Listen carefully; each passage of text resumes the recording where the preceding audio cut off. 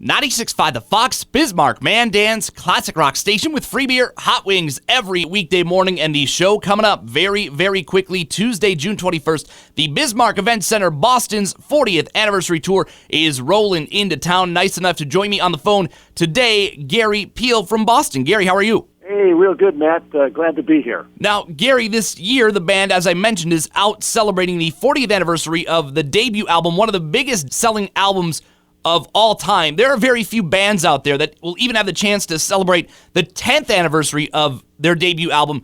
Boston celebrating 40 years. That's got to be a crazy feeling. Oh, yeah. You know, as Andy Warhol says, you're only entitled to 15 minutes of fame.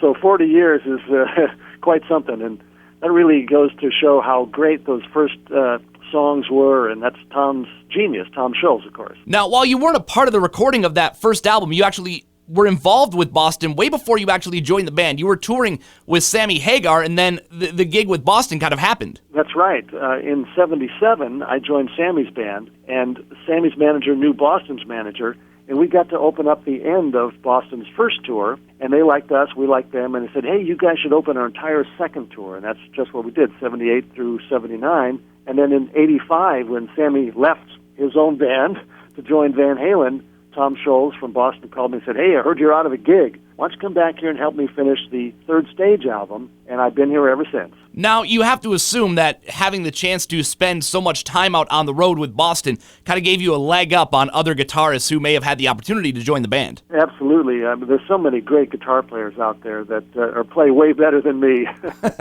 But Tom certainly got to see me play every night, and also we had the same interest of electronics. You know, he was always, inventing things and still does, and I was always the guy in the band that would fix amps or whatever that needed fixing, and so I'd be asking him questions. I'd say, hey, what's that over there? What's this? How do you get that sound? What's this thing here? So we certainly had that in common as well. Joined on the phone by Gary Pihl. He will be here with Boston Tuesday, June 21st at the Bismarck Event Center. Gary, how different was it being on the road with Boston as opposed to being on the road with Hagar? Sammy is a great guy, and what you see is what you get. He's a fun-loving guy, always in a good mood, always ready to party, a terrific singer, and it was a lot of fun being in his band. Tom is obviously a terrific guy. I've been with him here 30-something years. But, when they put together those lists of 100 greatest guitar players of all time, Tom shows up on there. But he's also on the list of 100 greatest keyboard players of all time. And there's nobody else in the world that's on both those lists. Of course, then you throw in, top 100, rock songs of all time, the producer. Again, he designed the amplifiers that we're using, so he's a really special guy. Yeah, we just over the Memorial Day weekend counted down the top 500 classic rock songs of all time, and More Than a Feeling was actually number 2 on the list, which is nuts. Wow. Yeah, gee. It's always somewhere up there in the top 40 at least. Was it daunting at all joining a band who had one of the biggest selling debut albums ever? I mean, a few years before you joined the band, they have this album that sells 17 million copies, and then you have to go and play those songs. Hey, I remember playing that song when I was in a club band before I joined Sammy's band. I played More Than a Feeling, as a cover band. So, yeah, it was a great juxtaposition, like to all of a sudden be in the band playing that stuff. So it was a real thrill for me. Now, Tom Scholz has been described as meticulous. He's been described as a perfectionist, having spent, like you said, more than 30 years performing with him. How would you describe Tom Scholz? Somebody asked me, describe Tom in 4 words or less. And I said, smartest guy I know. And my mother was a member of Mensa, so she's the smartest woman I know. But Tom is definitely the smartest guy. And he just knows so much about so many things. And if he doesn't know it, he'll just learn it, like electronics. He went to college as a mechanical engineer and, of course, worked at Polaroid, but then, taught himself electronics. So, yeah, he's a perfectionist, but also very intuitive and, of course, very creative.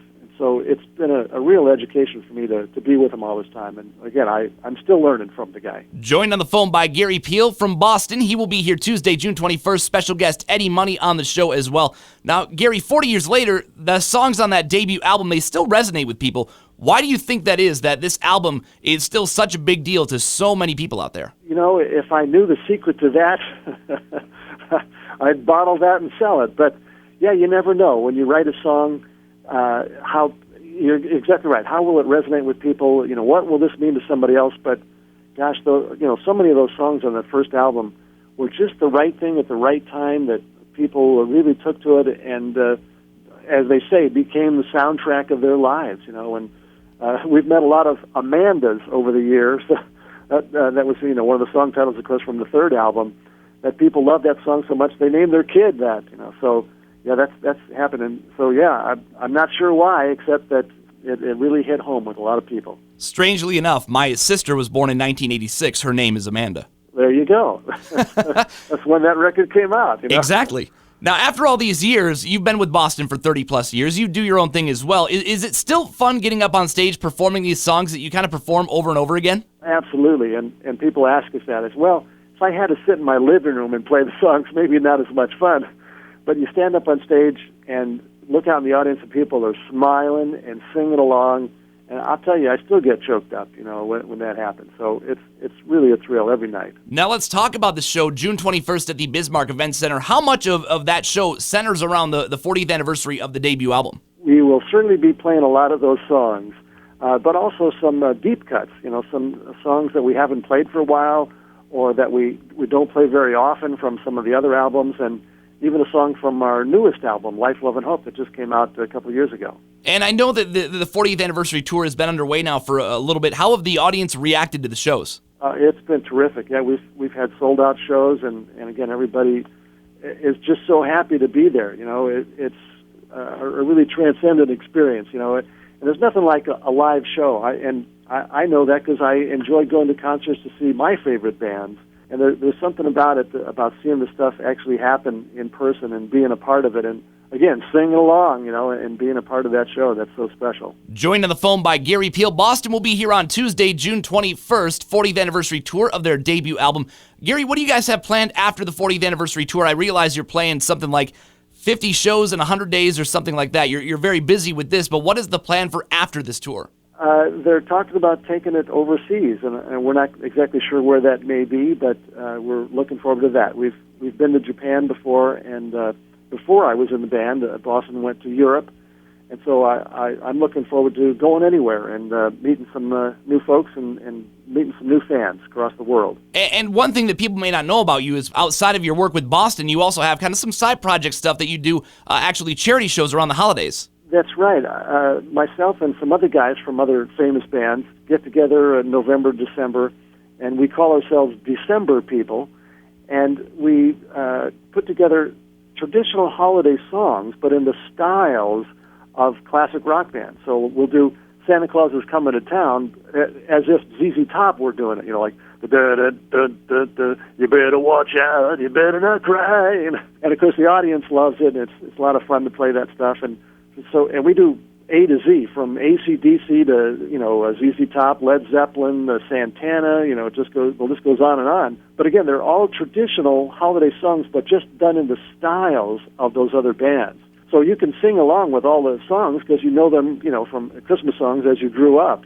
And again, every show we do is a benefit for a local food bank. So we're glad to be able to give back at that time of year. And you can learn more about December People and everything else Gary has going on, GaryPihl.com. That's spelled P-I-H-L. And, of course, Gary will be here on stage Tuesday, June 21st, the Bismarck Event Center, Boston's 40th anniversary tour with special guest Eddie Money. Gary, thanks so much for taking the time to call in. Looking forward to the show on the 21st. Hey, thanks, Matt. Thanks for taking the time to talk to us.